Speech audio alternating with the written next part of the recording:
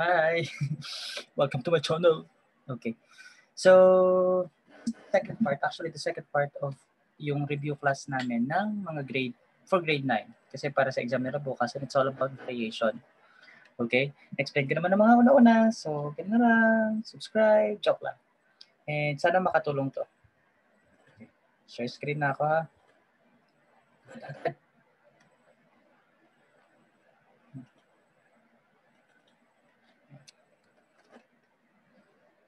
Yeah. So, the second part of the review session, review video, is all about variation. Yeah, so diba there are 4 types of variation.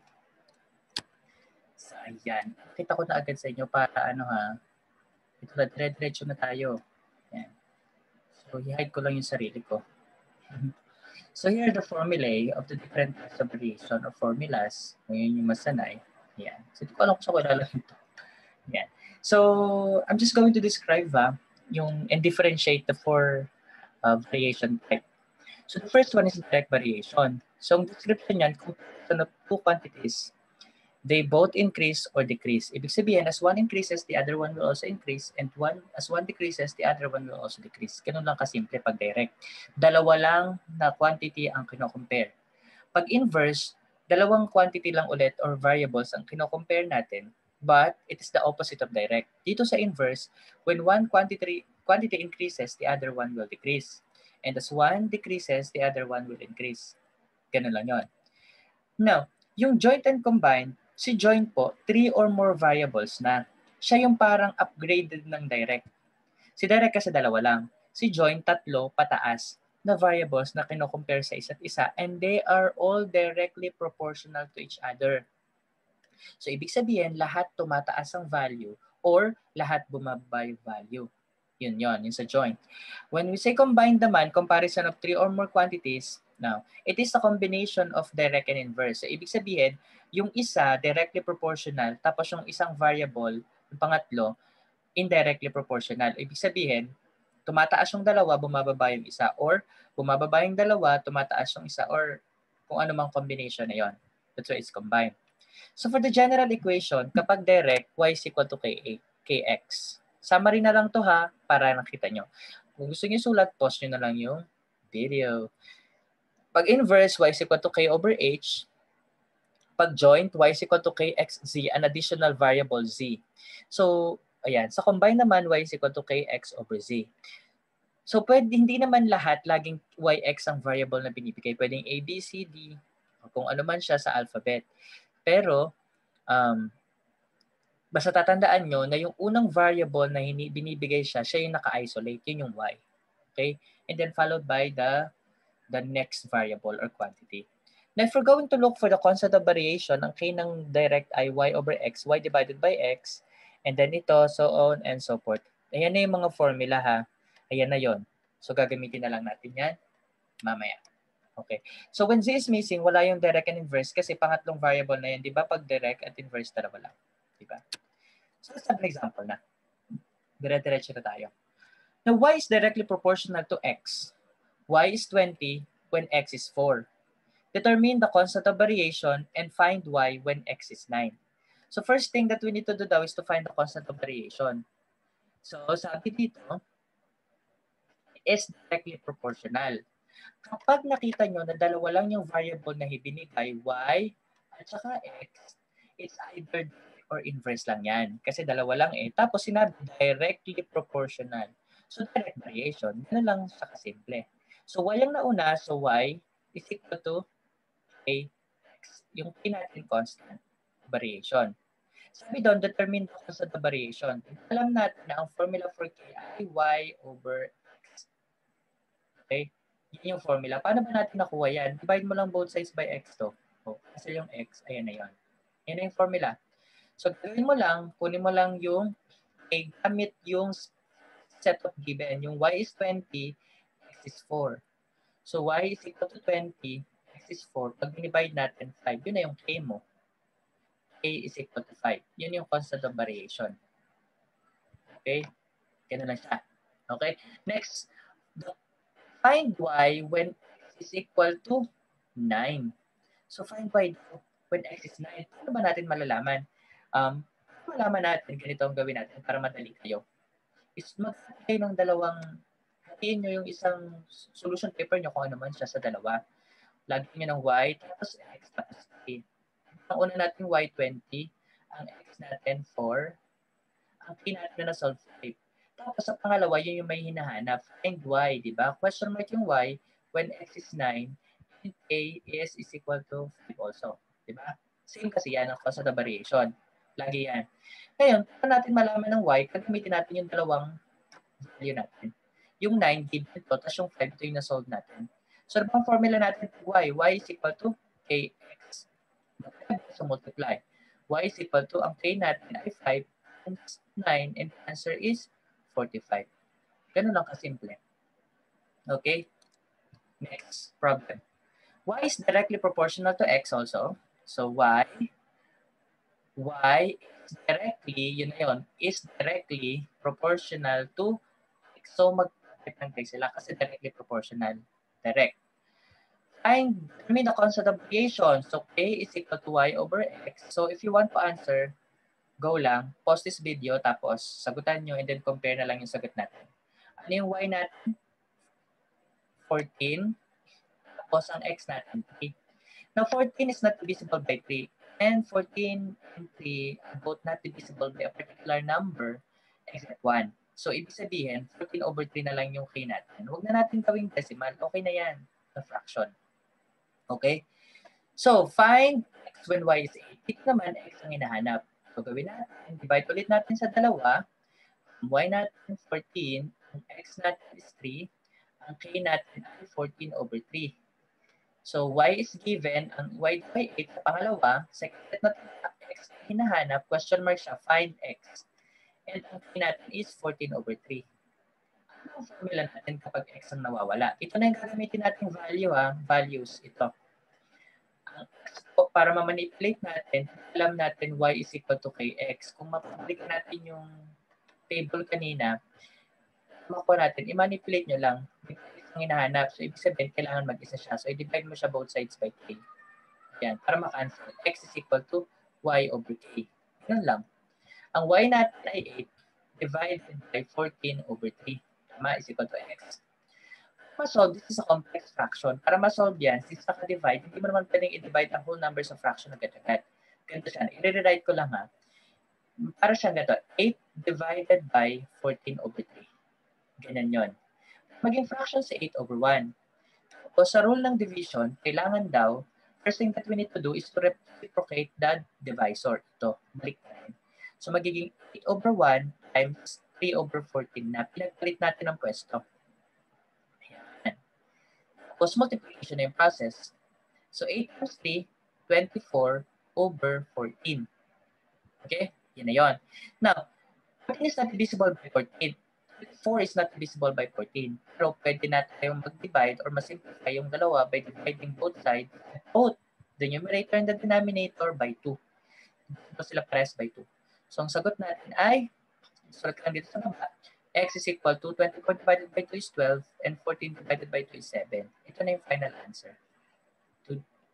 Did you get the same answer? Alam ko, pares tayo ng sagot. So very good ka dyan. Okay, next example. Y is inversely proportional to x. O, nadyan na yung term, inversely proportional. Tapos, dalawang variable. So, inverse lang yon. Ganun lang siya kasimple. Ang equation natin ng inverse, di ba, ay y is equal to k over x. Determine the constant of variation. Para makuha natin, may formula doon. Or, ganito lang gawin nyo, cross multiply, di ba? xy is equal to k. Ganun lang. Ano ba ang x natin? 3. Rather, k is equal to, anong x natin? 6. Ano yung y natin? 3. So, k is equal to 18. So, find y when x is 9. Dalawa ulit. Y is 3. X is 6. K is 18. Meron din tayong point of comparison para nakikita natin to. Y is unknown. X is 9. And k is 18. Kung mapapansin nyo, hindi ko nabigay siya sa unang examples. Pero ganito, di ba pag inverse, ang habang isa tumataas yung isa bumababa. Kung mapapansin nyo yung 6 to 9 nag-increase. So, ibig sabihin, dapat magde-decrease ang sagot dito. Yun yung kailangan natin malaman. Okay? Tingnan natin. Ang y natin is equal to, formula is equal to k over x. Tama? Ang k natin na nakuha is 18. Ang x natin is 9. Is 18 divisible by 9? Yes. And 18 divided by 9 is 2. So, ang nakuha natin value ng y, 2. Ayan. So, kung mapapansin nyo, yung 2, nag-decrease siya, diba? Yung y nag-decrease, yung x nag-increase. Yun yung point of comparison natin. Kaya tayo nag-divide dyan para makita natin, mayroon tayong guide na, wait, tama ba yung nagiging sagot ko? Tumaas ba? Yung isa ba bumaba? Ganun yun. Pag inverse. Okay. For example, so, inversely proportional pa rin siya. Y is equal to k over x. So, magawa na tayo ng dalawa para ano. So, ang y natin ay 8, ang x natin ay 5, ang k natin, unknown pa yan, so solve natin yan later. Tapos, ang y natin sa pangalawa ay 7, binigay, ang x natin nawawala, unknown siya, and ang k natin, unknown pa rin. So, kung mapapansin nyo, yung y niya, from 8 to 7 bumaba. So, yung basis natin, yung sa isip natin, dapat yung 5 pataas yan, dito. Okay, yun yung guide natin. So, let's solve for k kasi hinahanap yung constant. So, the formula for k is y times x. Tama? Pag balik natin, x times y or y times x. X is equal to, ang y natin is 8, ang x natin ay 5. So, the product is 40. So, k is 40. So, lagay ko dito 40. Lagay ko din dito 40. Okay? Next. To solve for x, diba ang formula natin, y is equal to kx. Kung hindi nyo kayang konstruhin yung binigay ko kanina, pwede nyo naman i-manipulate yung general equation natin.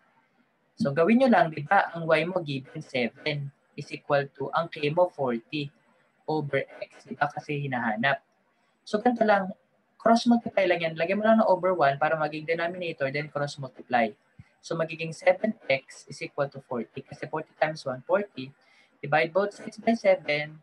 It's 40 over 7 or approximately 5 point something. Kasi 7 times 5 is 35. Eh, kulang pa ng 5. So, 5 point something. So, kung mapapansin nyo, yung x natin, 40 over 7, kung i-divide natin siya sa calculator, do I have a calculator? Ayan. So, wala. So, it's 5 point something basta. Hindi ko lang siya, 5 point something. Kung mapapansin natin, tumaas yung x, tapos yung y bumaba. Di ba? Yun yung point of comparison natin. Yung constant of variation, hindi yan pwedeng magtaas-baba kasi constant yan eh. Okay? Yun yung sinasabi ko. Okay. So, done. Ayan, ang dami na, nakakagulo na. So, y is directly proportional to the product of x and z. So, in this example, we have 3 variables, x, y, and z. So, ibig sabihin, ang choices lang natin, it's either joint or combined. And since ang term natin directly proportional to the product, so ibig sabihin, joint yan. Okay? So, joint. Ang joint natin is y is equal to k, x, z. So, hati ulit tayo ng, ayan. So, y, x, z, and then k. Ayan, madami na. So, y, x, z, and k. Ayan, apat. Ano ba una natin? Yung first set of given natin, y is 20, when x is 4, and z is 5. Second, find y. So, question mark si y, when x is 3, and z is 6. Yung constant of variation, isosolve natin. So, to manipulate this general equation, para ma-solve mo yung k, kailangan di ba mag-isa siya. So, i-divide mo both sides by x, z.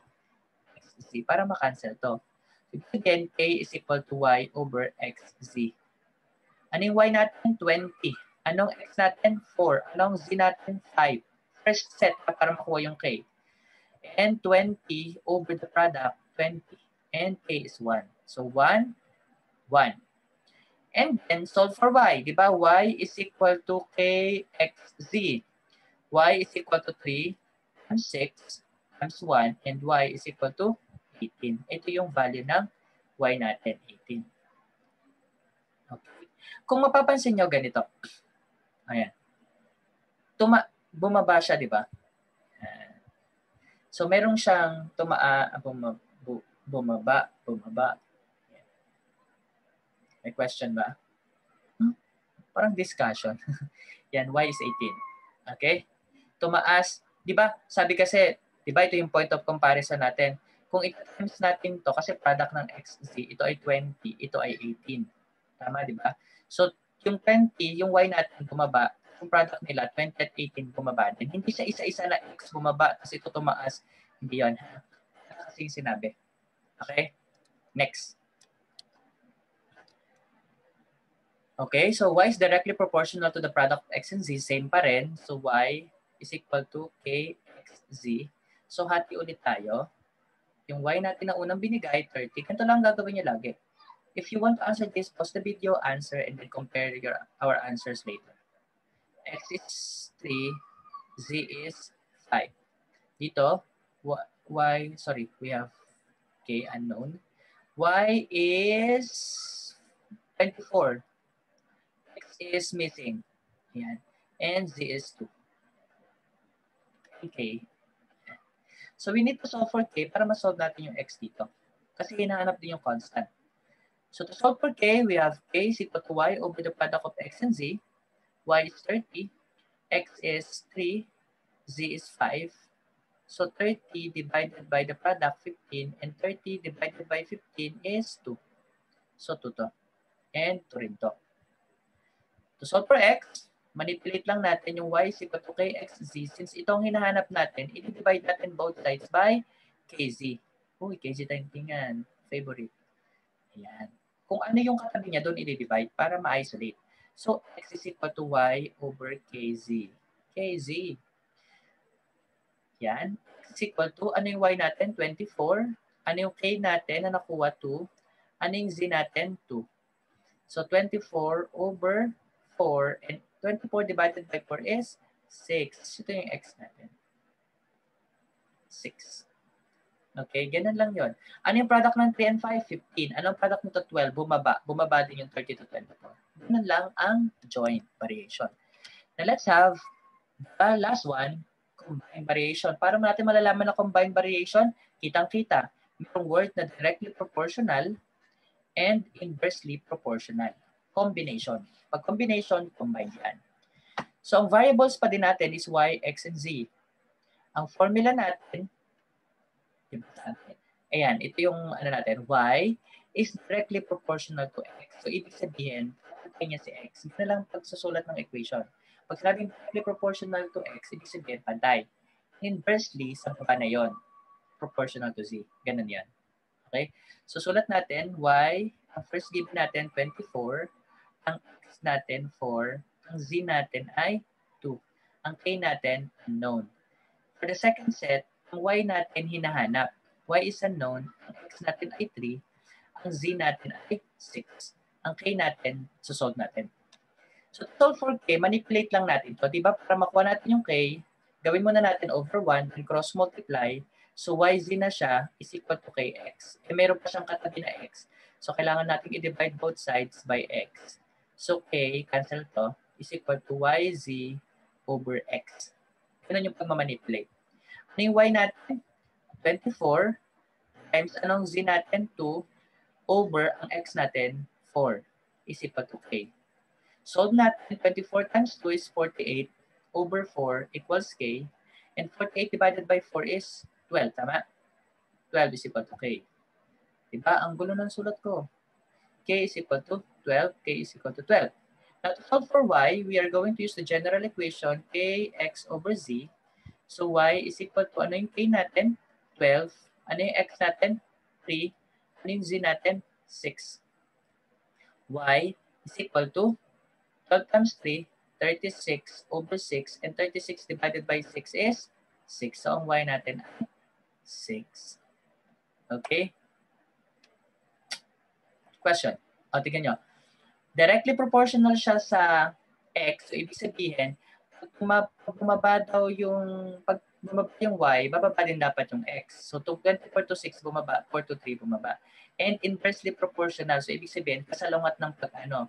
Kung bumaba sila, tumaas yung Z. So, 2 to 6, tumaas. So, yun yung basis natin. And for the last one, so, same pa rin tayo. Y is directly proportional to X and inversely to Z. Ang Y natin, 5. Ang X natin, 9. Ang Z natin, 5. So, ang K natin, unknown. Dito, ang Y natin na given, 4. Binigay, ito yon. Ang X natin, since X natin is 2, ang Z natin, ayun yung hinahanap, find Z. So unknown. Ang k natin, unknown. Alam natin na ang formula ng k ay k is equal to yz over x. K is equal to y, 5, times z, 5, over x natin ay, ano x natin? 9. Nawala ko. So k is equal to 25 over 9. So it's a fraction. Okay lang yun. 5 over 9 yung constant of variation natin. Okay? Next. To solve for z, since ito na mawala, 25 over 9 yung k natin, ang z, ma-manipulate natin y is equal to kx over z, di ba? So, i-times natin, cross-multiply, so magiging yz is equal to kx. Anong hinahanap? Z. So, ibig sabihin, kailangan natin i-divide both sides by y para mag-solo lang si z. Z is equal to kx over y. So, substitute lang natin. Z is equal to ano yung k natin? 25 over 9 times ang x natin 2 all over ano yung y natin 4. Z is equal to, pag nag-multiply tayo ng fraction sa whole number, times mo lang sa numerator, so magiging 50 over 9 divided by or all over 4. So, di ba, para siyang ganito lang. 50 over 9, para maging fraction ng 4 over 1. So, multiply na agad natin by the reciprocal, 1 over 4. Ganun lang yon. So, ang sagot natin is 50 over the product of 9 and 4, 36. So, ang z natin ay 50 over 36 or pag dinivide natin sa kaparehas, magiging 25 over 18. Ayan na yung sagot natin na z. 25 over 18. Okay? Question. May tanong po ba? Yan, tingnan natin. Okay natin, yz, y, z. Tama naman. Yan. Thank you! Sana natuto kayo. Galingan nyo sa exam tomorrow. Bye! See you in my next video.